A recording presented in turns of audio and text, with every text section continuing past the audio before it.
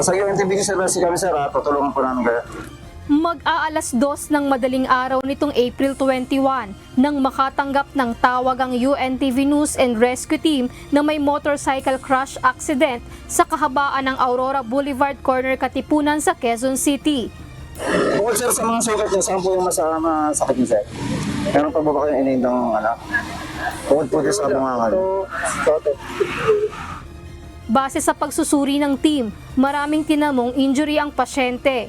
Pagdating ng team ay nakita agad namin na merong patient na merong multiple abrasions sa kanyang baba, sa kanyang kanang kamay at sa kanyang kanang paa. Agad naman po itong nilapatan ng paunang lunas ng UNTV News and Rescue.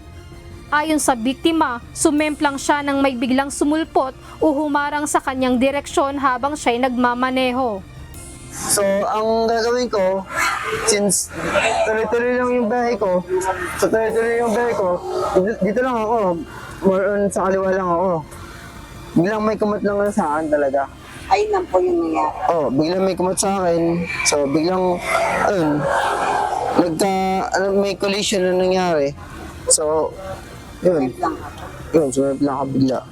Matapos bigyan ng first aid ang biktima ay tumanggi ng magpadala sa ospital. Ayon sa datos ng Philippine National Police, mahigit sa 27,000 o mahigit sa 87% ng mga road accidents noong 2024 ay dahil sa reckless driving. Kabilang na dito ang mga biglaang pagliko, overtaking, sobrang bilis magpatakbo, drunk driving at pagmamaneho gamit ang cellphone. Noong nakaraang taon din ay inilunsad naman ng Land Transportation Office o LTO ang Stop Road Crash na naglalayong mapababa ng 35% ang road accident sa bansa pagsapit ng taong 2028. Lizel Nael, UNTV News and Rescue. Diyos ang aming sandigan, serbisyo publiko ang aming pinahahalagahan.